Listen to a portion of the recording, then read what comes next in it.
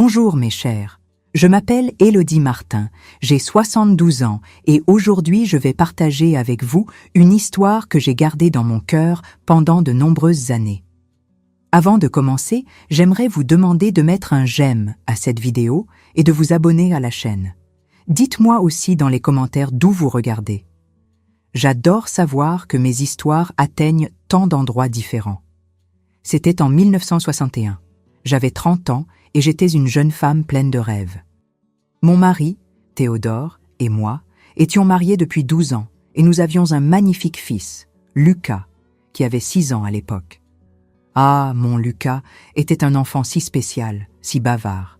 Les gens s'étonnaient toujours de son vocabulaire, si avancé pour son âge. Il racontait des histoires, posait des questions sur tout. C'était un garçon curieux, intelligent. Ses yeux brillaient quand il apprenait quelque chose de nouveau. À cette époque, je travaillais comme infirmière dans le seul hôpital de la ville. Ce n'était pas facile. Je travaillais de longues heures. Parfois, je quittais la maison avant même le lever du soleil et ne revenais que lorsqu'il faisait déjà nuit. Mais j'aimais mon travail. Prendre soin des autres a toujours été ma vocation. Après des années d'économie méticuleuse, nous avions enfin pu acheter notre petite maison. C'était un rêve devenu réalité. Une maison simple, mais la nôtre. Je me souviens encore de l'odeur de peinture fraîche, des murs blancs que j'avais décorés avec tant d'amour. La chambre de Lucas avait un papier peint avec des petits avions bleus qu'il avait choisis. Comme il était heureux. Nous avions quitté notre location pour nous installer dans un nouveau quartier, dans la partie la plus éloignée de la ville, où les maisons étaient encore en construction. Nous ne connaissions personne dans les environs. Toutes les rues n'étaient même pas encore pavées. Je me souviens que les premiers jours, je restais à la fenêtre à regarder les autres maisons, imaginant qui seraient nos voisins, s'il y aurait des enfants pour que Lucas puisse jouer avec eux. La solitude dans ce nouvel endroit pesait un peu. C'est un dimanche après-midi que nous avons rencontré le couple de la maison d'à côté. Nous étions dans le jardin, Théodore arrangeant les plantes, moi étendant le linge et Lucas jouant avec ses petites voitures. Le couple s'est approché du petit muret qui séparait nos maisons et s'est présenté. Gérard et Charlotte. Ils n'avaient pas d'enfants et étaient mariés depuis 5 ans. Gérard travaillait comme comptable dans une grande entreprise et Charlotte était femme au foyer. Charlotte était une belle femme, de celles qui attirent l'attention quand elles entrent quelque part. Elle avait des cheveux roux, toujours bien coiffés. Elle portait du rouge à lèvres de couleur vive et des vêtements qui mettaient en valeur sa silhouette, complètement différente de moi, qui marchait toujours avec les cheveux attachés, sans maquillage, portant la même robe simple que d'habitude. Gérard était un homme calme, sérieux, il semblait même un peu timide à côté de son épouse si expansive. Ce même dimanche, ils nous ont invités à prendre un café. Je me souviens que Charlotte avait servi un gâteau à l'orange tellement délicieux que je lui avais même demandé la recette. Elle avait été très sympathique. Elle nous avait interrogés sur notre travail, sur Lucas, sur notre adaptation au quartier. Gérard parlait peu, se contentant de sourire et d'acquiescer de la tête. Il me semblait être un couple ordinaire, comme tant d'autres.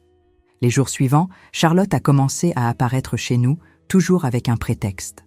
Demander une tasse de sucre, un peu de levure, savoir si j'avais une recette spécifique, je trouvais cela normal, des voisines qui s'entraident, qui construisent une amitié.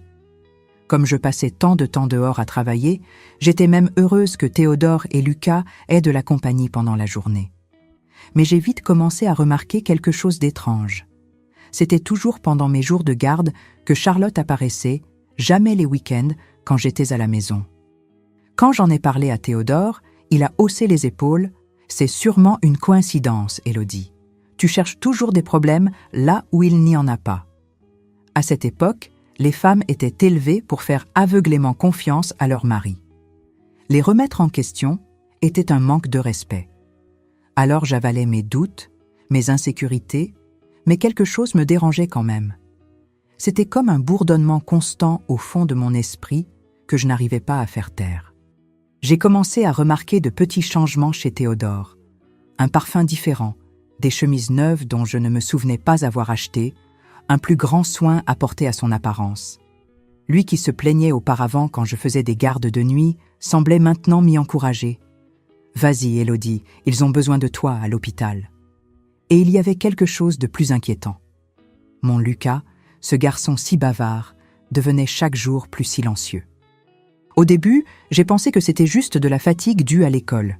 Ensuite, j'ai supposé qu'il pourrait y avoir un problème avec ses camarades.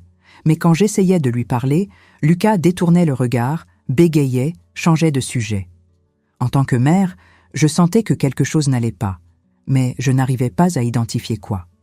Un soir, en rentrant de l'hôpital, j'ai trouvé Lucas assis sur les marches de l'entrée, seul dans l'obscurité. Il était presque 22 heures.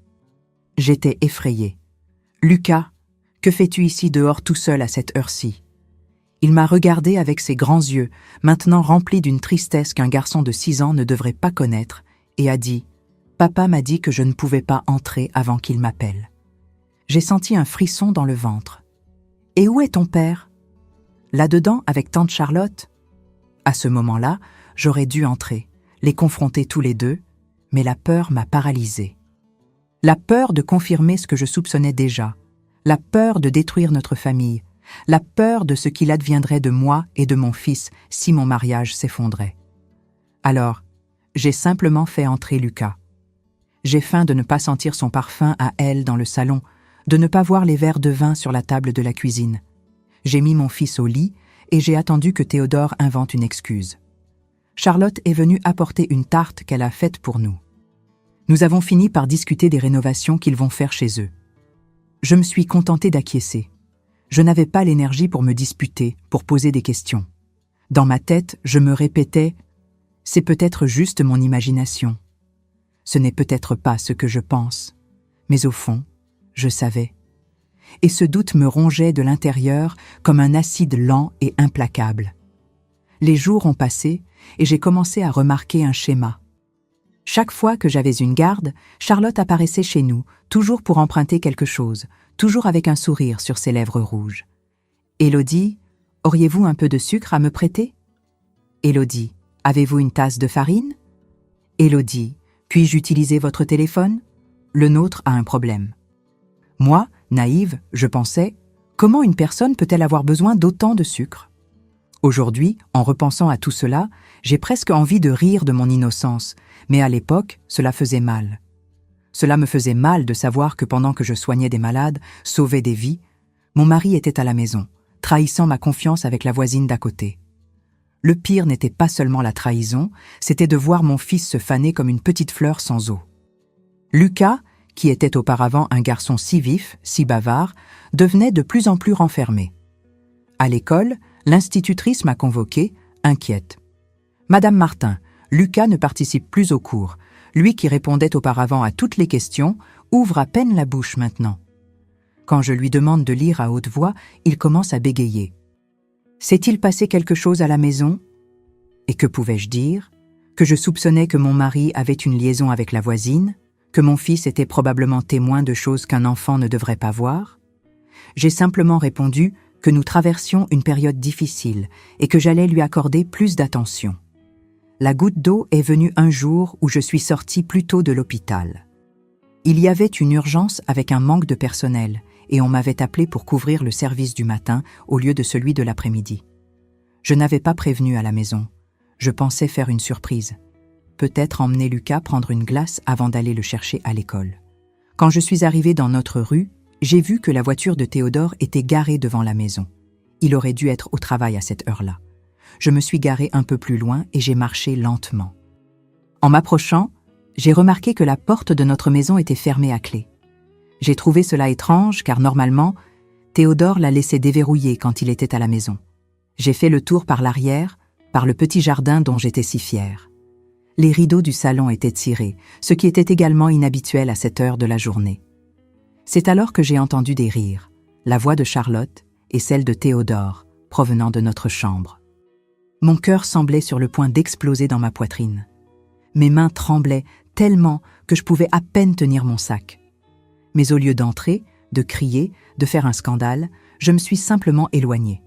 Je suis retournée à la voiture et j'ai conduit sans but pendant des heures, jusqu'à ce qu'il soit temps d'aller chercher Lucas à l'école. Ce soir-là, en regardant mon mari dîner comme si rien ne s'était passé, j'ai ressenti une colère que je n'avais jamais éprouvée auparavant. Ce n'était pas une colère explosive, c'était quelque chose de froid, de calculateur. J'ai décidé de ne pas confronter Théodore immédiatement. J'avais besoin d'un plan. Je devais penser à mon fils, à notre avenir. Dans les semaines qui ont suivi, j'ai commencé à faire des heures supplémentaires à l'hôpital, non pas pour rester loin de la maison, mais pour économiser de l'argent. Je cachais une partie de mon salaire là où Théodore ne pourrait pas le trouver. J'ai commencé à étudier pour une promotion qui me permettrait de ne travailler que pendant la journée avec un meilleur salaire. J'ai cherché des informations sur le fonctionnement du divorce, quelque chose de si scandaleux et difficile à cette époque que les femmes étaient pratiquement exclues de la société après.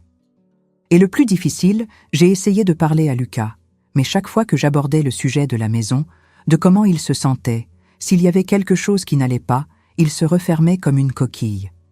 Ses yeux tristes me regardaient pendant une seconde, puis se détournaient aussitôt. « Tout va bien, maman ? Je suis juste fatiguée. » Je savais que tout n'allait pas bien. Je le sentais comme seule une mère peut le sentir. Mais je n'arrivais pas à franchir cette barrière que Lucas avait construite autour de lui-même. Et cela me brisait le cœur d'une manière qu'aucune trahison ne pourrait briser. C'est après 3 mois à vivre dans cette situation, dans cette comédie quotidienne, que j'ai finalement trouvé le courage de confronter Théodore. J'ai attendu un samedi où Lucas était chez un petit camarade d'école. J'ai préparé le petit déjeuner, comme n'importe quel autre jour. Et puis, regardant dans les yeux l'homme avec qui j'avais partagé 12 ans de ma vie, j'ai dit « Je sais, pour toi et Charlotte ». Son visage a pâli pendant une seconde, mais il s'est vite ressaisi. « De quoi parles-tu, Élodie ? Quelle folie est-ce là ?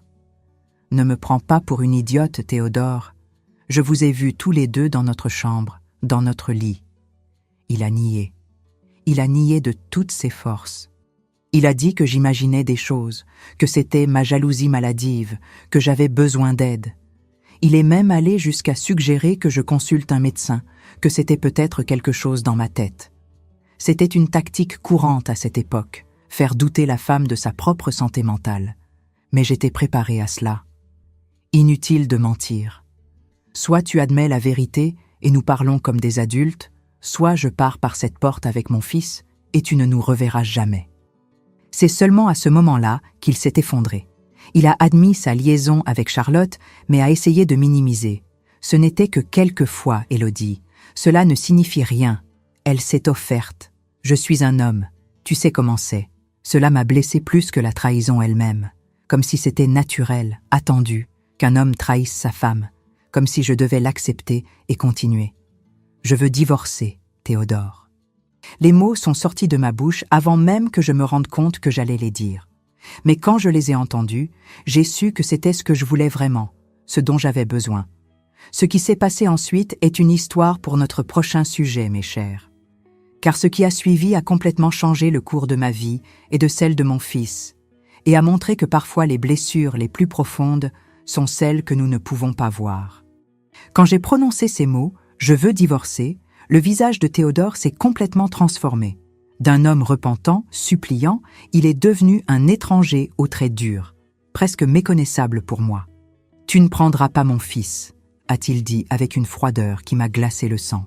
« Si tu persistes dans cette folie de divorce, je ferai en sorte que tout le monde sache quel genre de mère abandonne son foyer pour travailler, laissant son fils aux soins de son père. » En 1961, comprenez bien, un divorce n'était pas simplement la fin d'un mariage. C'était une tache sur la réputation d'une femme, quelque chose qui la suivrait pour le reste de sa vie comme une ombre. Les femmes divorcées étaient considérées comme des ratées, des inadaptées, voire même de moralité douteuse. Et quand il y avait des enfants, la société était impitoyable. Les lois de cette époque favorisaient les hommes en tout. La garde des enfants restait presque toujours au père, surtout s'il réussissait à prouver que la mère était négligente d'une manière ou d'une autre.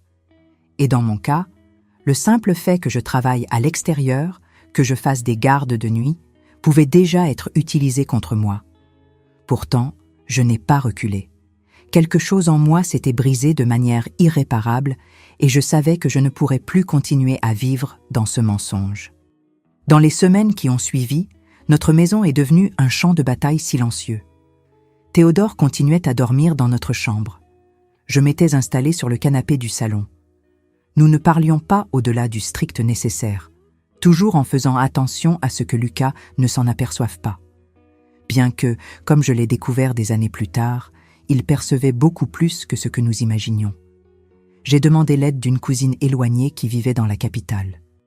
Elle connaissait un avocat qui a accepté de me conseiller, même en sachant que j'avais peu de ressources. C'est lui qui m'a expliqué la dure réalité. Les chances que je garde la garde de Lucas étaient minimes. Le tribunal vous regardera et verra une infirmière qui fait des gardes de nuit, qui n'est pas à la maison pour s'occuper de son fils.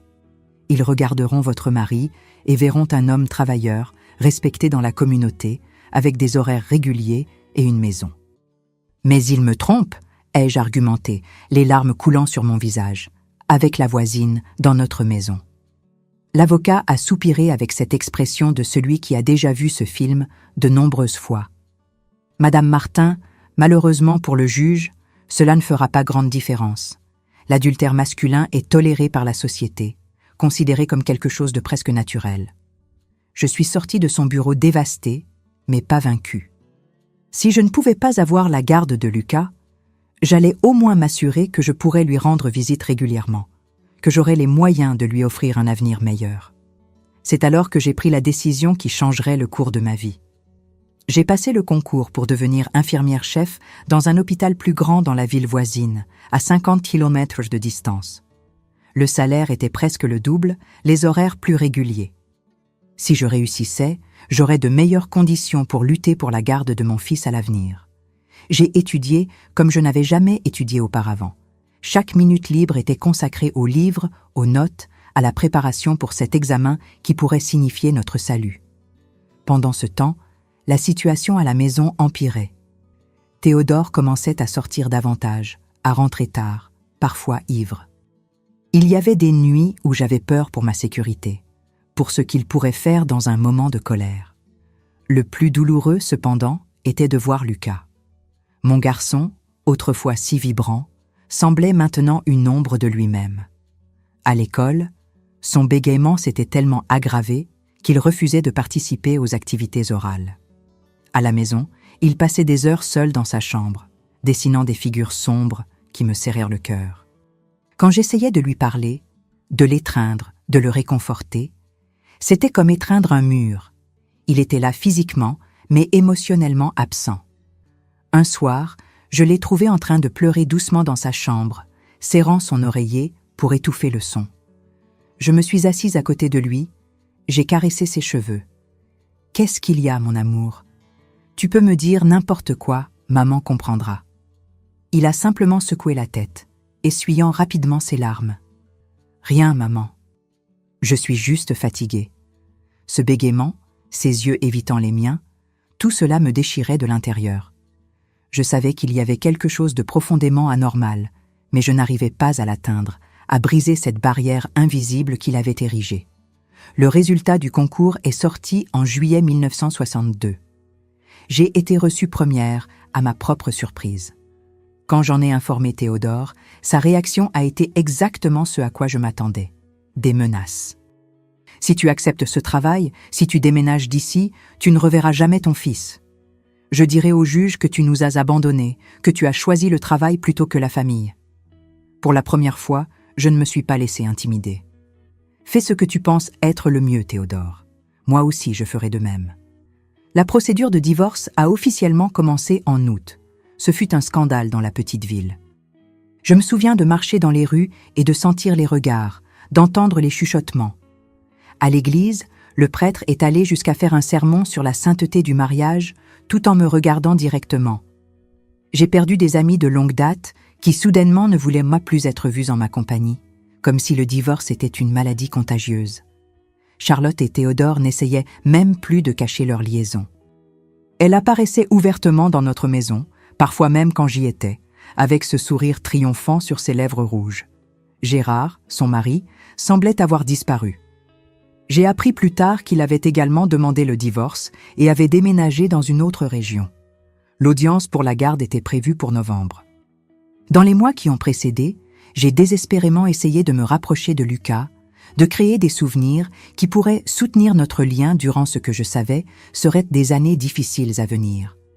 Je l'emmenais pêcher à la rivière, prendre des glaces sur la place, assister aux matinées du dimanche au cinéma de la ville. Il souriait, participait, mais il y avait toujours quelque chose de retenu, quelque chose de brisé dans ce sourire. La veille de l'audience, je me suis assise au bord de son lit. Lucas était déjà endormi, son petit visage enfin en paix, libéré des tensions qui l'accompagnaient pendant la journée. Je suis restée là à mémoriser chaque détail, chaque tache de rousseur sur son nez, chaque cil, la courbe de sa joue encore ronde d'enfant. J'ai pleuré silencieusement, les larmes tombant sur mes mains. « Je promets que je vais me battre pour toi », ai-je murmuré, même en sachant qu'il ne pouvait pas m'entendre. « Je promets qu'un jour, nous serons à nouveau ensemble. » L'audience fut exactement comme mon avocat l'avait prévu. Le juge, un homme sévère d'une 60aine d'années, m'a à peine regardé pendant le procès. Théodore s'est présenté comme le mari dévoué, trahi par son épouse ambitieuse qui préférait travailler plutôt que s'occuper de la famille. Il a amené des témoins, des voisins, des amis de l'église qui ont corroboré sa version, disant que j'étais absente, que le garçon restait souvent aux soins de son père pendant que j'étais à l'hôpital.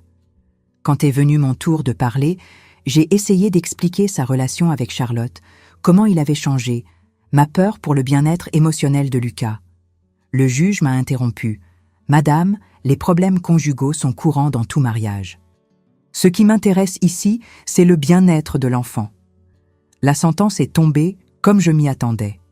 Théodore a obtenu la garde de Lucas. J'aurai droit à des visites bimensuelles, toujours supervisées par un membre de sa famille. De plus, je devrais payer une pension alimentaire, une inversion des rôles traditionnels qui a causé encore plus de rumeurs dans la ville.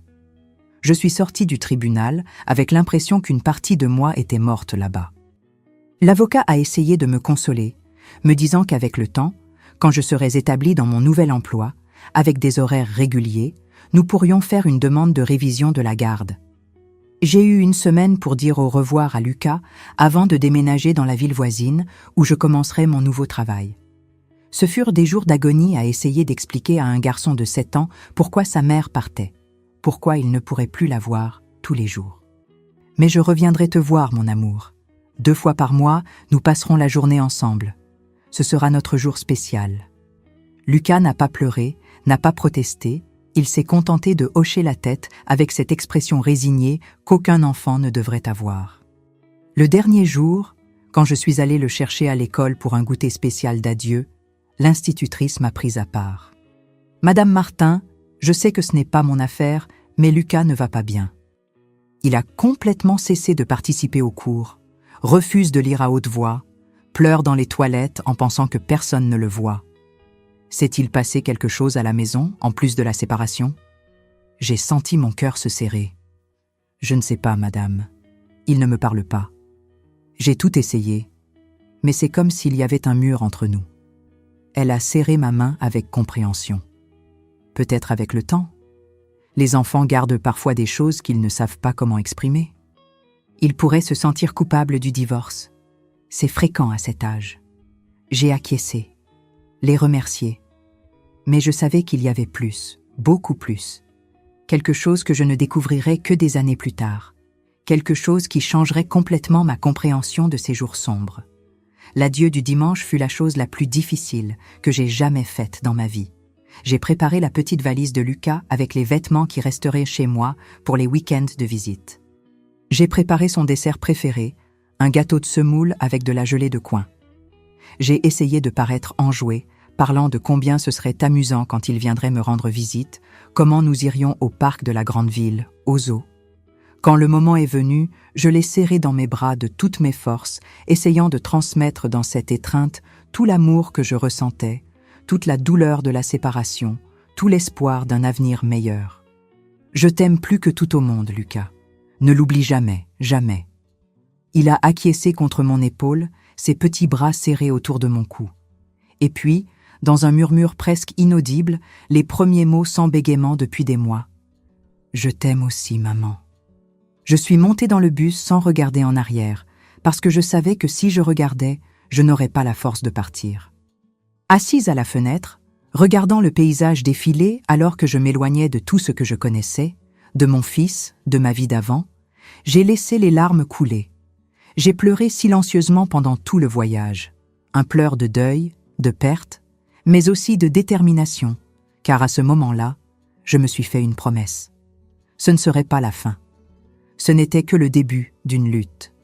Une lutte pour ma dignité, pour mon fils, pour notre avenir. Une lutte qui, sans le savoir, durerait des années et connaîtrait des rebondissements que je n'aurais jamais pu imaginer.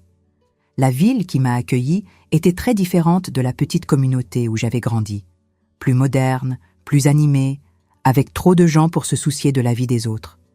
J'ai loué un petit appartement près de l'hôpital, un endroit modeste mais propre, où j'ai préparé avec amour une petite chambre pour quand Lucas viendrait me rendre visite. Le nouveau travail comme infirmière-chef exigeait beaucoup de moi, mais j'embrassais chaque défi, chaque responsabilité. Au travail, personne ne connaissait mon passé, personne ne me jugeait. J'étais simplement Élodie, l'infirmière-chef compétente, respectée par les médecins et les subordonnés. Cette nouvelle identité me fortifiait, m'aidait à aller de l'avant les jours où le manque de Lucas semblait m'étouffer. Les premières visites bimensuelles ont été tendues, inconfortables. Théodore insistait pour que sa sœur, Irène, soit présente tout le temps, une femme amère qui me regardait comme si j'étais le diable en personne. Lucas semblait perdu, confus, partagé entre la joie de me voir et la peur de déplaire à son père.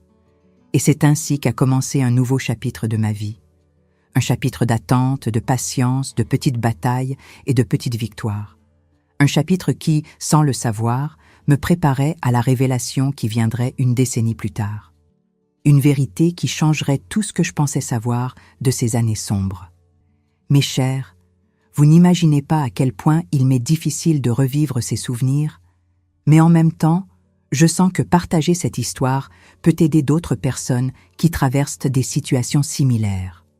Alors, continuons. Parlons de ces années loin de mon fils et comment chaque visite bimensuelle était à la fois une joie et une torture. J'ai déménagé dans la ville voisine en décembre 1962.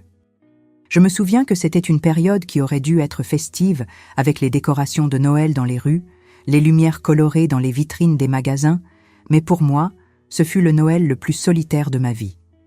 J'ai passé la veille seule dans mon petit appartement, regardant le minuscule arbre que j'avais acheté et décoré en pensant à Lucas, les cadeaux emballés qu'il n'ouvrirait que lors de notre prochaine rencontre. Nous avions convenu que le jour de Noël, je pourrais le voir pendant quelques heures. Je suis arrivée à l'ancienne maison chargée de cadeaux, le cœur battant à l'idée d'embrasser mon fils. Quand Théodore a ouvert la porte, le sourire sur mon visage s'est figé. Charlotte était là, assise dans mon salon, portant un tablier dans ma cuisine, comme si c'était sa place légitime. Et pire encore, elle avait posé sa main sur l'épaule de mon fils dans un geste de fausse maternité qui m'a donné envie de crier.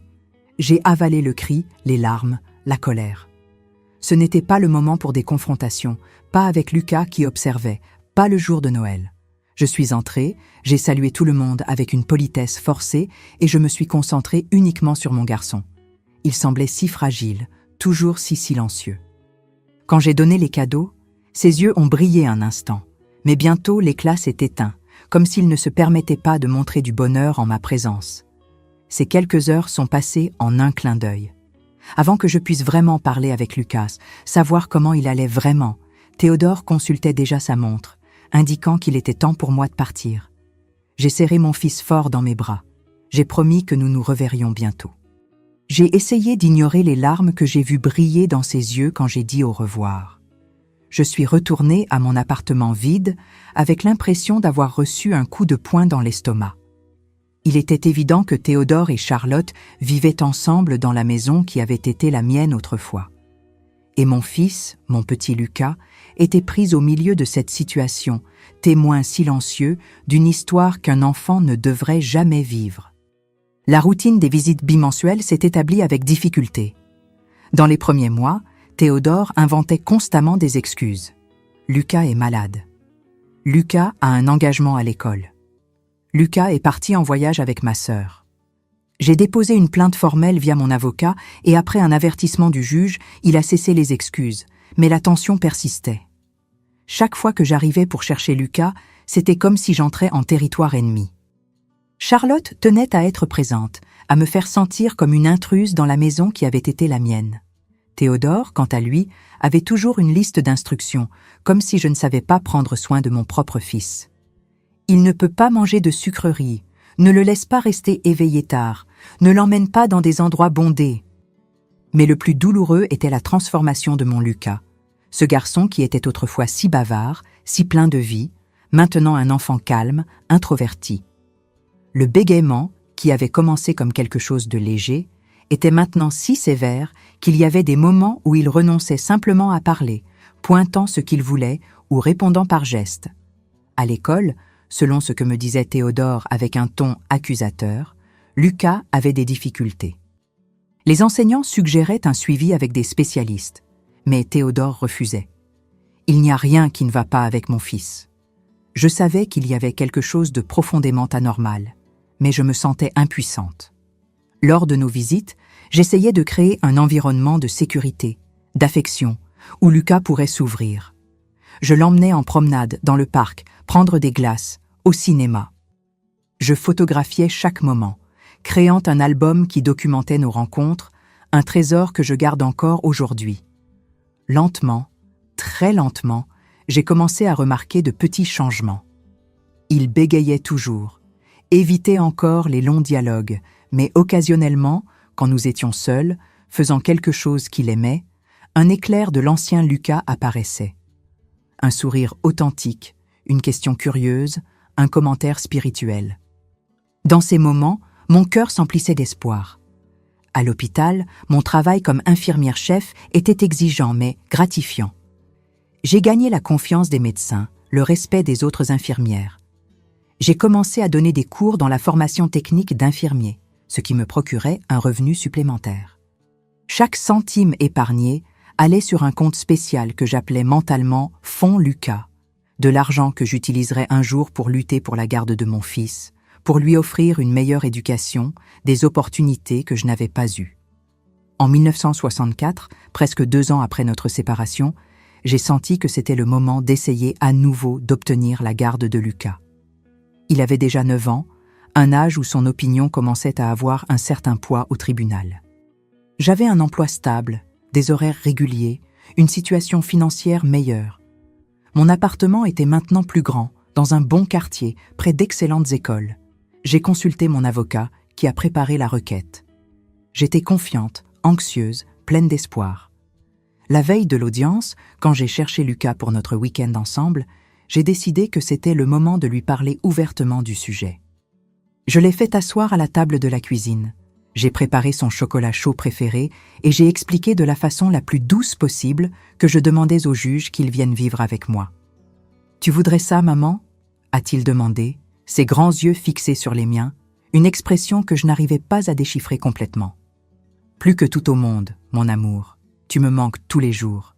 Nous pourrions être toujours ensemble, pas seulement toutes les 2 semaines. » Il est resté silencieux pendant un long moment, remuant la cuillère dans le chocolat. Quand il a parlé, sa voix était si basse que j'ai dû me pencher pour entendre. « Papa a dit que tu ne me voulais pas vraiment, que c'était juste pour m'éloigner de lui. » J'ai eu l'impression qu'on me jetait de l'eau glacée dessus. « Lucas, ce n'est pas vrai. Je t'aime plus que tout au monde. Jamais, jamais je n'ai voulu m'éloigner de toi. Alors, pourquoi es-tu parti ?» La question si simple, si directe, m'a complètement désarmée. Comment expliquer à un enfant de 9 ans les raisons complexes d'un divorce? Comment lui faire comprendre que parfois nous partons précisément parce que nous aimons, parce que nous voulons protéger, parce que nous devons nous renforcer pour lutter? Ça a été la décision la plus difficile de ma vie, mon amour. Mais parfois, les adultes doivent prendre des décisions difficiles pour construire quelque chose de meilleur pour l'avenir. Ton père et moi n'étions plus heureux ensemble et cela t'affectait aussi. C'est ma faute? Non, jamais, ne pense jamais cela, ai-je répondu, tenant ses petites mains entre les miennes. Rien de tout cela n'est ta faute. Ton père et moi avons des problèmes d'adultes qui n'ont rien à voir avec toi. La seule chose qui n'a jamais changé, qui ne changera jamais, c'est combien nous t'aimons tous les deux. » Il a acquiescé, pas totalement convaincu, et est retourné à son chocolat. Je n'ai pas insisté davantage.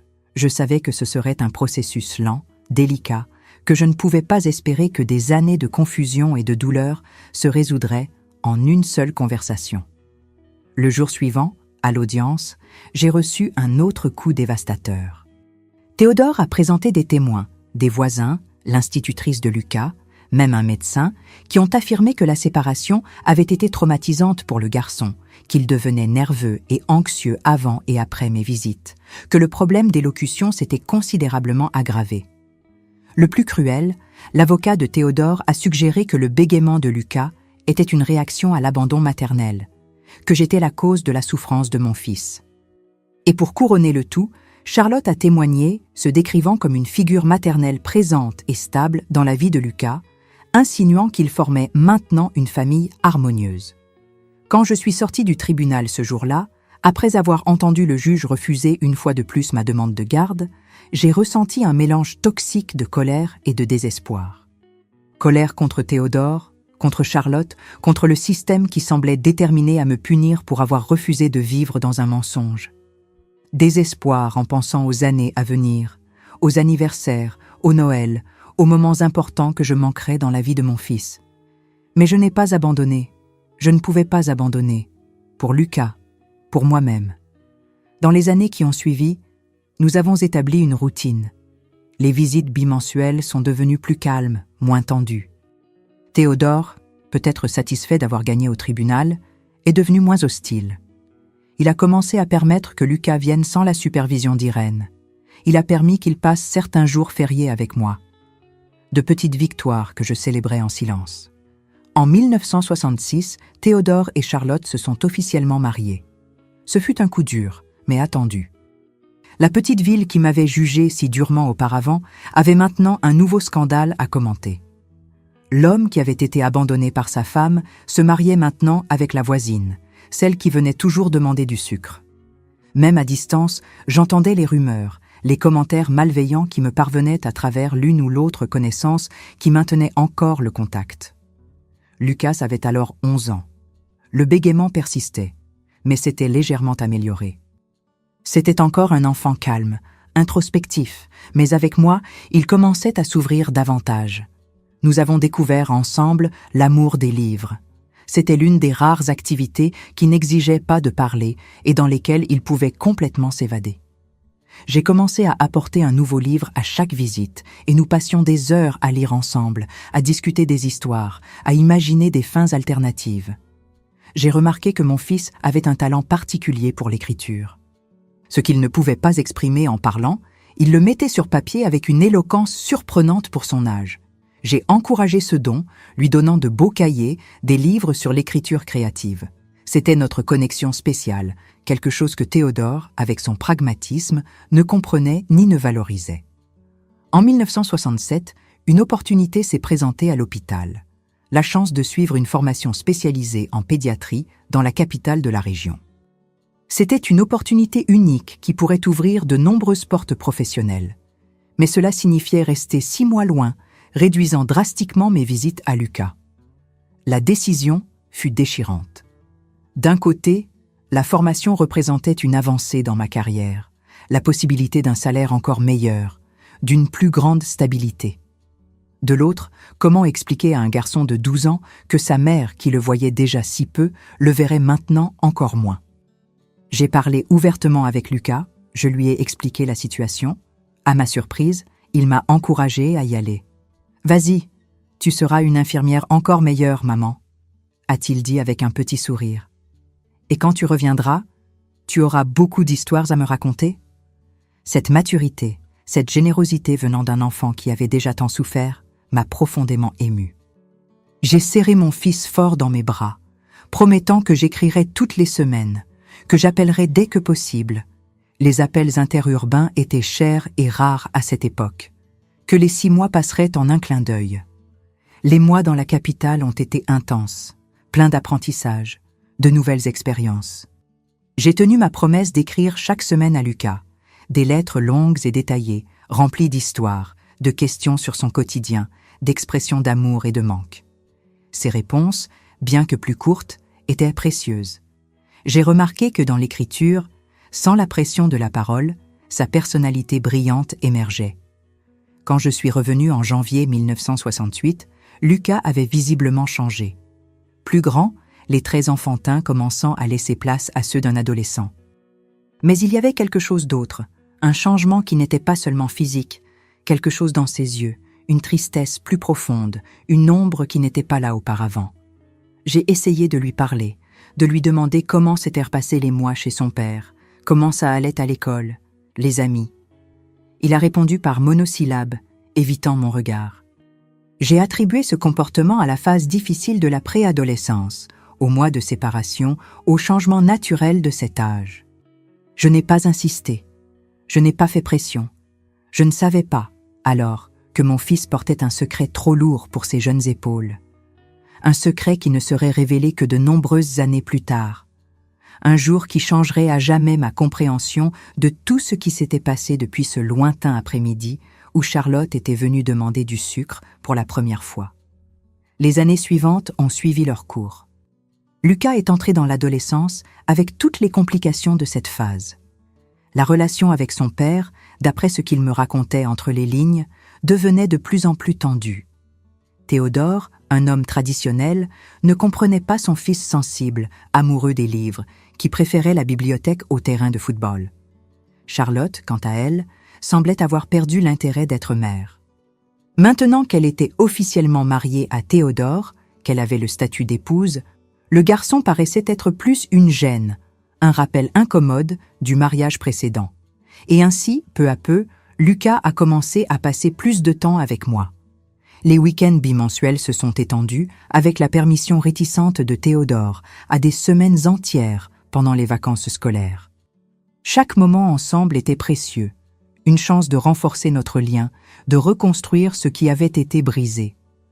En 1972, alors que Lucas avait 17 ans, quelque chose s'est produit qui changerait à nouveau le cours de nos vies. Quelque chose que je n'aurais pas pu prévoir, mais qui serait le début d'une révélation qui ne se compléterait que des années plus tard. Comme je l'ai raconté auparavant, la relation entre Lucas et son père devenait de plus en plus tendue. Mon fils était devenu un jeune homme introspectif, passionné de littérature et de philosophie, des intérêts que Théodore considérait comme efféminés, comme je l'ai découvert plus tard. Le bégaiement, bien que toujours présent, s'était considérablement amélioré.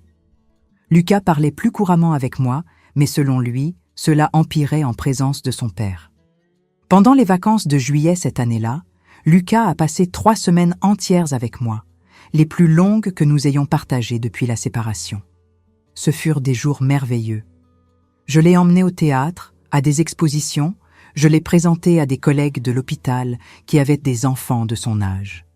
Il s'est épanoui sous mes yeux, comme une plante qui reçoit enfin de la lumière après une longue période dans l'ombre.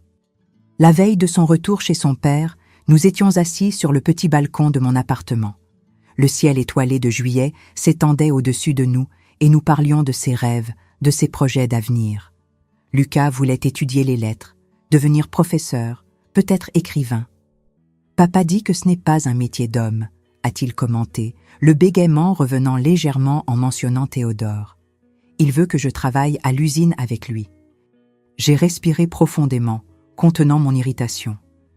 Même après toutes ces années, Théodore continuait d'essayer de façonner son fils à son image, sans respecter son individualité. « Et que veux-tu, mon fils ?» Il est resté silencieux un moment, regardant ses mains. Quand il a levé le visage, il y avait une détermination dans ses yeux que je n'avais jamais vue auparavant. « Je veux habiter chez toi, maman. Je n'en peux plus de cette maison. » Ces mots que j'espérais entendre depuis tant d'années m'ont surprise. « Tu es sûr, Lucas? Ton père ?» Je me moque de ce qu'il va dire. J'y ai beaucoup réfléchi. L'année prochaine, j'aurai 18 ans. Je vais passer le baccalauréat.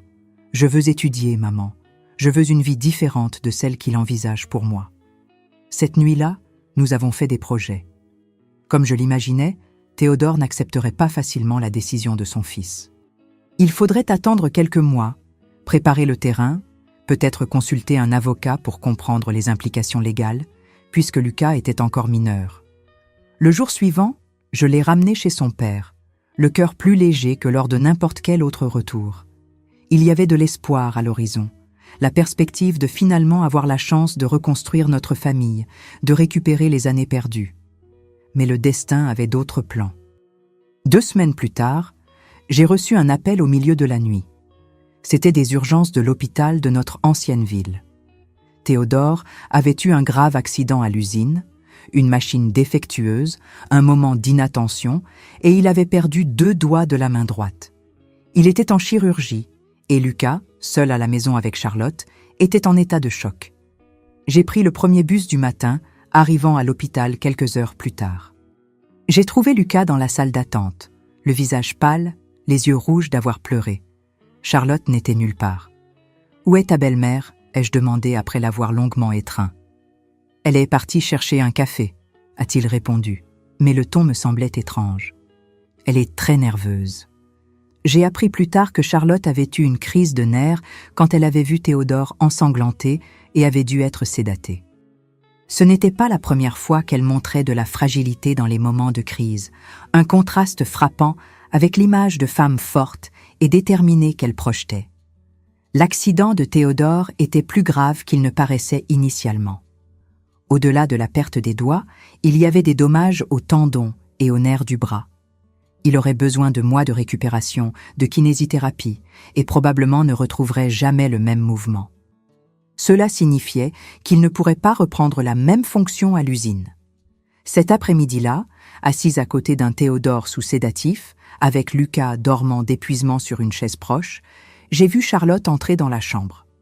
Nos regards se sont croisés et, pour la première fois en toutes ces années, je n'ai pas vu de triomphe ou de mépris dans ses yeux. J'ai vu de la peur. « Il ne pourra pas travailler pendant des mois », a-t-elle dit d'une voix basse. « Comment allons-nous nous entretenir ?» Ce « nous » m'a dérangé. Elle parlait comme si Lucas n'existait pas, comme si ses besoins ne faisaient pas partie de l'équation. Dans les jours qui ont suivi, il est devenu évident que Charlotte n'avait pas la structure émotionnelle pour faire face à la situation. Elle apparaissait à l'hôpital seulement pour de courtes périodes, toujours nerveuse, toujours pressée de partir. La plupart du temps, c'était Lucas qui restait avec son père. Un Lucas silencieux, triste, qui semblait porter le poids du monde sur ses épaules. J'ai décidé de rester en ville quelques jours. J'ai pris congé à l'hôpital où je travaillais, j'ai loué une chambre dans une pension proche et je me relayais avec Lucas pour prendre soin de Théodore.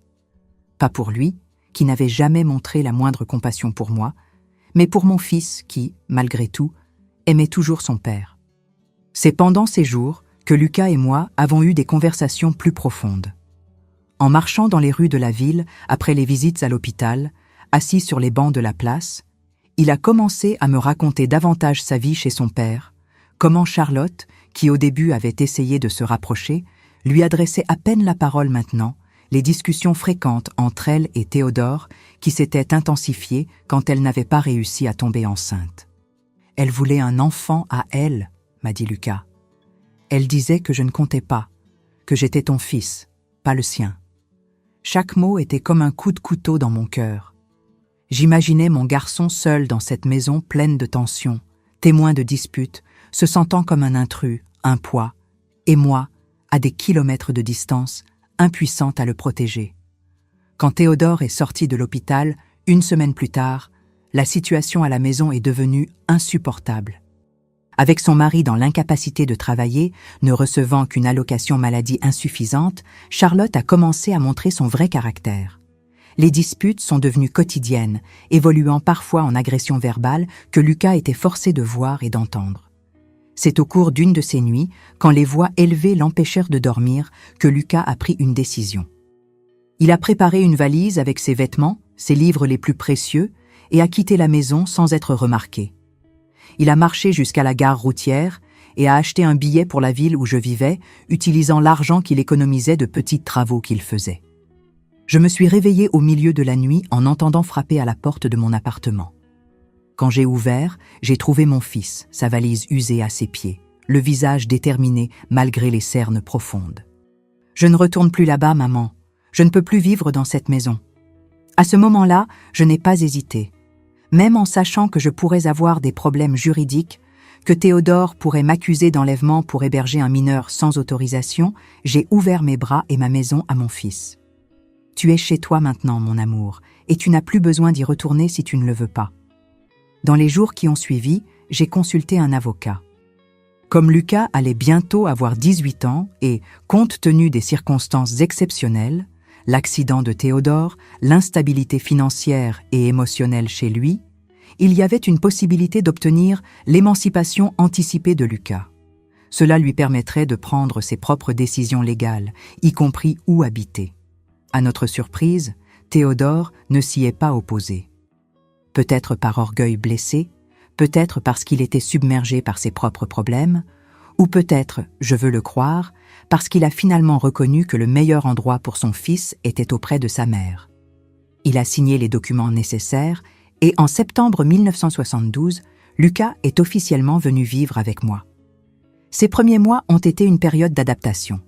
Il a dû changer d'école, se faire de nouveaux amis, s'adapter à une routine complètement différente. J'ai réorganisé mes horaires à l'hôpital pour être plus présente, pour compenser les années perdues. Le bégaiement de Lucas s'est considérablement amélioré durant cette période. Loin de la présence intimidante de son père, il semblait plus détendu, plus confiant. Dans sa nouvelle école, avec l'encouragement d'enseignants compréhensifs, il a commencé à participer davantage aux cours, à faire des présentations orales qui auraient été impensables auparavant. En décembre de cette même année, nous avons reçu une nouvelle surprenante. Charlotte avait quitté Théodore. Selon les rumeurs qui nous sont parvenues, elle était partie avec un vendeur de cosmétiques qui passait périodiquement dans la ville. Elle avait laissé seulement un mot, sans explication, sans adieu. Lucas a reçu la nouvelle avec des émotions mêlées. D'un côté, il y avait du soulagement. Charlotte n'avait jamais été une figure positive dans sa vie.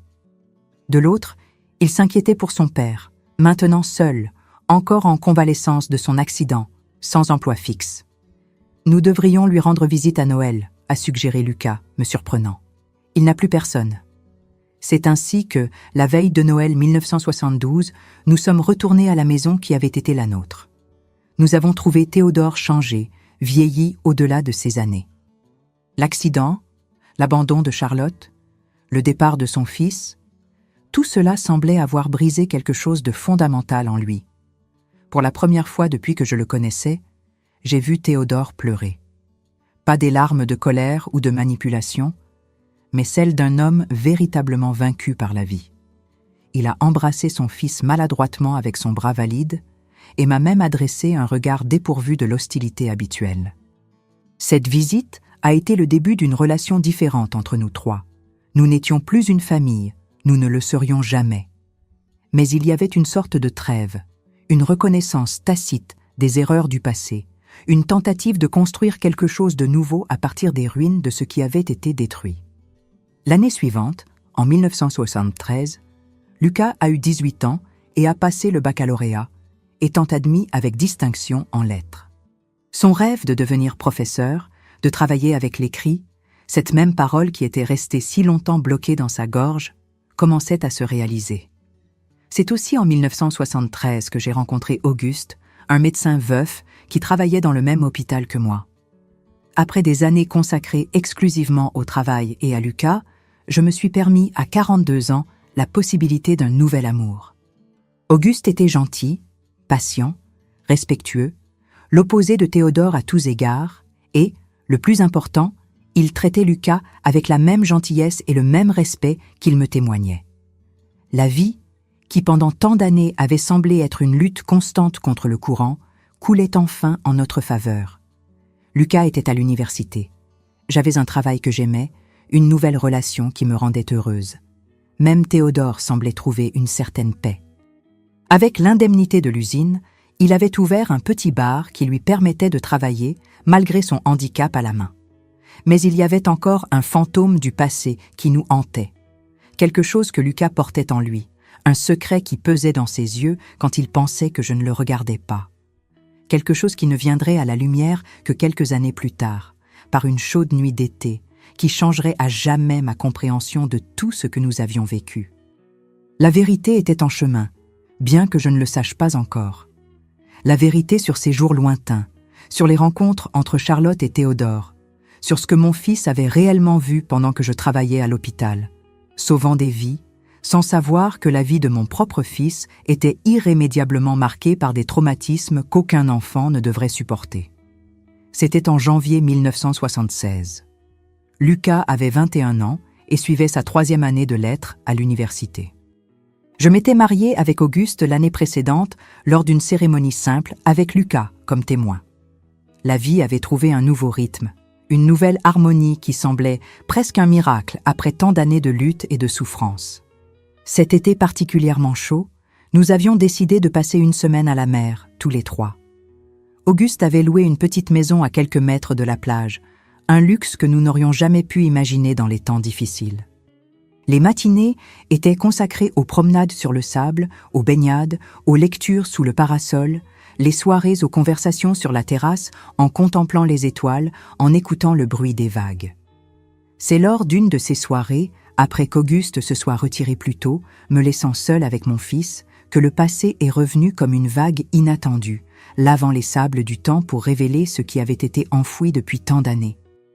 Nous étions assis côte à côte dans les chaises en osier de la terrasse, observant la pleine lune reflétée dans la mer.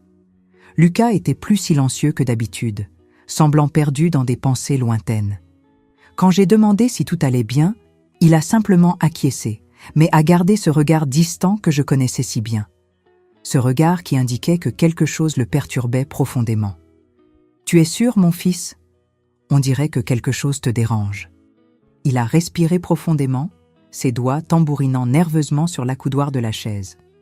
Le bégaiement, qui avait presque disparu depuis des années, est revenu légèrement quand il a finalement parlé. « Maman, j'ai quelque chose que je dois te dire. Quelque chose que j'aurais dû te dire il y a longtemps. » J'ai senti un frisson dans l'échine, un pressentiment que ce qui allait suivre changerait tout. Tu peux me dire n'importe quoi, mon amour. N'importe quoi. Il a regardé l'horizon, comme s'il cherchait des forces dans l'immensité de l'océan. C'est à propos de papa, de lui et Charlotte, de ce qui se passait quand tu sortais travailler. Mon cœur s'est accéléré. J'avais toujours su qu'il y avait quelque chose de plus, quelque chose que Lucas portait comme un poids invisible, mais rien n'aurait pu me préparer à ce qu'il a révélé cette nuit étoilée. Je savais tout, maman, depuis le début. Je voyais quand elle venait, quand il faisait semblant que c'était juste pour demander du sucre ou n'importe quelle autre excuse. Je voyais ce qu'il faisait quand il pensait que j'étais en train de jouer dans le jardin. Il s'est arrêté un moment, reprenant son souffle, la voix plus ferme quand il a continué. Une fois, j'étais cachée dans ma chambre. J'étais rentrée plus tôt de chez le voisin où j'étais allée jouer. J'ai entendu des rires dans le salon et quand j'ai jeté un coup d'œil, je les ai vus tous les deux ensemble sur le canapé. Papa a remarqué ma présence et s'est mis en colère. Il m'a tiré par le bras, m'a emmené dans la chambre et... Ici, sa voix affaiblie. J'ai vu des larmes commencer à couler sur son visage. Plus celui d'un garçon maintenant, mais d'un jeune homme qui portait encore les cicatrices d'une enfance volée. Il m'a fait promettre de ne jamais te le dire. Il a dit que si je le faisais, tu partirais et ne reviendrais jamais, que ce serait ma faute si notre famille était détruite. Il a dit que personne ne me croirait, que je n'étais qu'un petit garçon stupide qui ne savait même pas parler correctement. Chaque mot était comme un coup de couteau dans mon cœur. J'imaginais mon petit Lucas avec seulement 6 ans portant ce terrible secret, cette menace, cette peur constante. C'est pour ça que j'ai commencé à bégayer, maman. La peur de parler, que les mots s'échappent sans le vouloir, que je détruise tout, c'était comme un nœud dans ma gorge qui ne se défaisait jamais. Plus j'essayais de cacher, plus il devenait difficile de parler. À ce moment, tant de pièces du puzzle se sont mises en place. Le changement soudain dans le comportement de Lucas, le bégaiement qui était apparu de nulle part, la façon dont il s'isolait, comment il évitait les conversations qui pourraient mener au sujet interdit. Tout prenait un sens terrible, douloureux. À l'école, j'ai arrêté de participer aux cours parce que j'avais peur. Peur que si je commençais à parler, je ne pourrais pas m'arrêter et le secret s'échapperait. Les autres garçons se moquèrent de moi à cause du bégaiement. Ils m'appelaient l'idiot et ça ne faisait qu'empirer les choses. Des larmes silencieuses coulaient sur mon visage, tandis que Lucas continuait sa révélation. En tant que mère, Le pire sentiment est de savoir que votre enfant a souffert et que vous n'étiez pas là pour le protéger, que pendant que vous luttiez pour construire un avenir meilleur, il était piégé dans un cauchemar solitaire, sans personne à qui faire confiance, personne pour le réconforter. Quand le divorce est venu, c'était encore pire. Je connaissais la vérité. Je savais que papa était coupable, qu'il t'avait trompé, mais je ne pouvais rien dire. Et puis, quand le juge a décidé que je resterais avec lui, c'était comme une punition pour mon silence, comme si Dieu me punissait pour n'avoir pas dit la vérité. « Lucas, mon amour », ai-je réussi à dire entre les sanglots. Rien de tout cela n'était de ta faute. Tu étais un enfant innocent pris au milieu de problèmes d'adultes. Jamais, jamais tu n'aurais dû être mis dans cette position. Mais si j'avais parlé, peut-être que tu ne serais pas parti. Peut-être que nous aurions pu rester ensemble. Cette phrase m'a brisé en 1000 morceaux. Pendant des années, mon fils avait porté non seulement le poids du secret, mais aussi la culpabilité de notre séparation. Une culpabilité qui n'était jamais la sienne, qui n'aurait jamais dû être placée sur ses petites épaules. Même si tu avais parlé, mon amour, les lois de cette époque auraient trop probablement encore favorisé ton père, mais cela m'aurait donné plus de force pour lutter, pour essayer d'autres alternatives. L'important est que nous soyons ensemble maintenant, que tu n'aies plus besoin de porter ce secret. Il a acquiescé, essuyant ses larmes. Quand je suis venue vivre avec toi, après l'accident de papa, c'était comme si un poids énorme avait été enlevé de mes épaules. Loin de lui, loin de cette maison pleine de mauvais souvenirs, j'ai enfin pu respirer. C'est à ce moment que le bégaiement a commencé à s'améliorer. Nous sommes restés silencieux pendant un long moment, juste à sentir la brise de la mer, à écouter les vagues, à laisser la vérité enfin révélée trouver sa place entre nous. Ce n'était pas une belle vérité, elle était douloureuse, terrible, mais elle était libératrice. « Pourquoi as-tu décidé de me le dire maintenant, après tant d'années ?» ai-je finalement demandé. Il a souri tristement. J'écris mon mémoire de fin d'études sur le traumatisme infantile et les troubles de la parole. Pendant mes recherches, je me suis rendu compte que je n'avais jamais vraiment traité ce qui s'était passé, qu'une partie de moi était encore ce petit garçon effrayé, portant un secret trop lourd. Mon fils utilisait sa propre douleur pour comprendre, pour aider les autres. Cette pensée a apporté un mélange de fierté et de tristesse si intense que j'ai eu du mal à respirer. Mon thérapeute a dit que te raconter serait une partie importante du processus de guérison, que je ne pourrais pas vraiment aller de l'avant sans me libérer de ce secret. Je ne savais pas que Lucas faisait une thérapie. Il me l'avait caché, probablement pour ne pas m'inquiéter, pour ne pas rouvrir d'anciennes blessures. Encore une fois, il me protégeait quand j'aurais dû être celle qui le protège. Merci de me faire confiance maintenant, mon fils, de partager ce poids avec moi. Cette nuit-là, enlacés sur la terrasse de la maison de plage, nous avons pleuré ensemble. Des larmes de douleur pour un passé que nous ne pouvions pas changer, mais aussi des larmes de soulagement, de libération.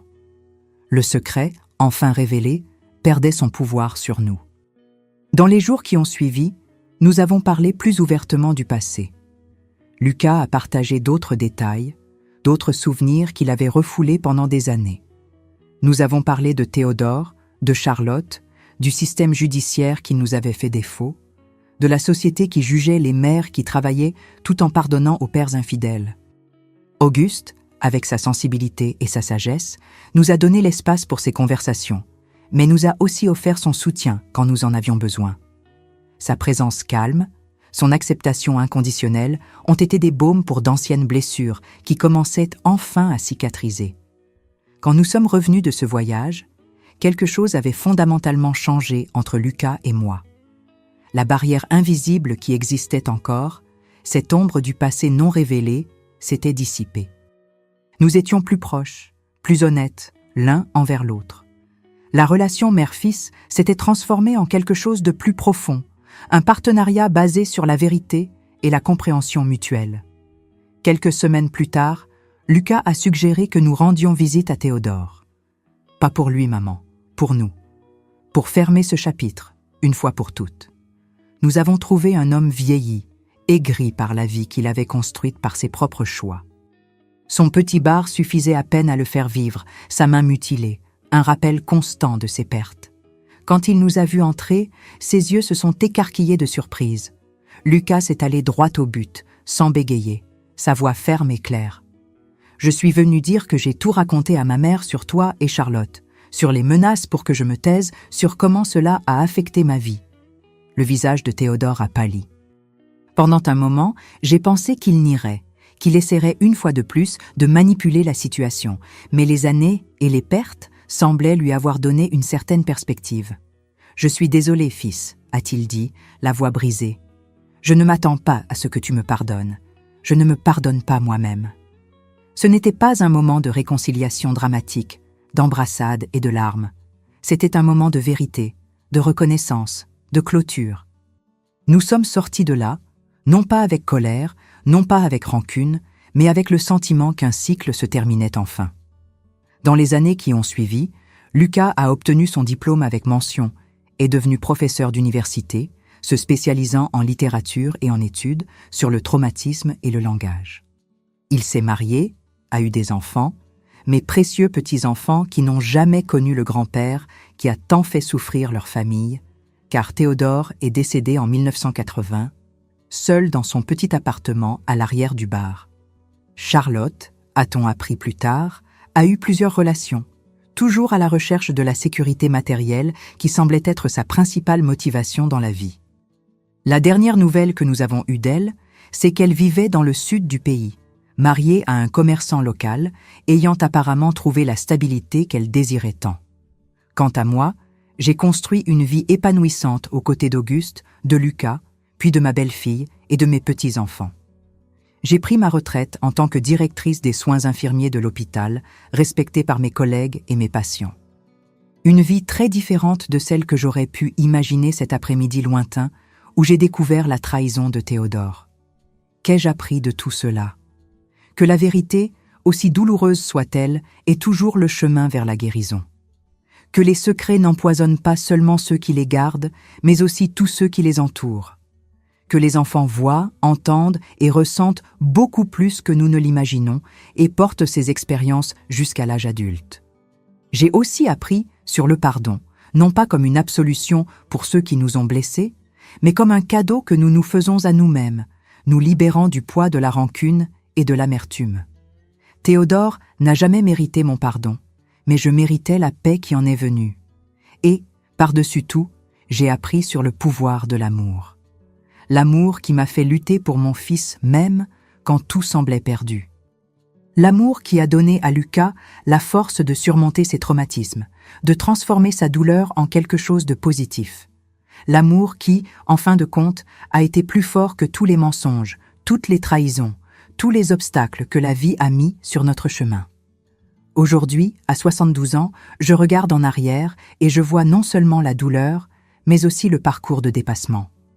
Je vois un garçon qui a perdu sa voix par peur et un homme qui l'a retrouvé grâce au courage. Je vois une jeune femme à qui on a tout pris et une dame âgée qui a reconstruit sa vie brique par brique, jour après jour. Si vous traversez quelque chose de similaire, si vous portez un secret trop lourd, ou si vous êtes séparé de quelqu'un que vous aimez par des circonstances qui semblent insurmontables, je veux que vous sachiez qu'il y a de l'espoir. Le chemin peut être long, peut être douloureux, mais il y a de la lumière au bout. La vérité libère, l'amour guérit, et le temps, cet allié silencieux, travaille en notre faveur quand nous choisissons d'avancer avec courage et dignité.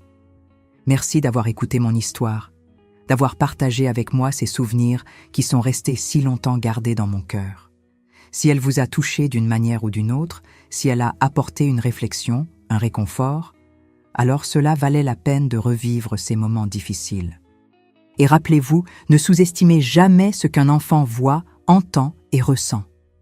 Ne sous-estimez jamais les marques que nos paroles et nos actions peuvent laisser sur ceux que nous aimons. Et jamais, au grand jamais, n'abandonnez la lutte pour l'amour, car à la fin, c'est tout ce qui compte vraiment. Si cette histoire a touché votre cœur, n'oubliez pas de mettre un « j'aime » et de vous abonner à la chaîne. Vos commentaires signifient beaucoup pour moi. Dites-moi ci-dessous si vous avez vécu quelque chose de similaire ou ce que vous avez pensé de mon histoire. Partagez-la aussi avec quelqu'un qui a besoin d'entendre ce message d'espoir. À la prochaine histoire.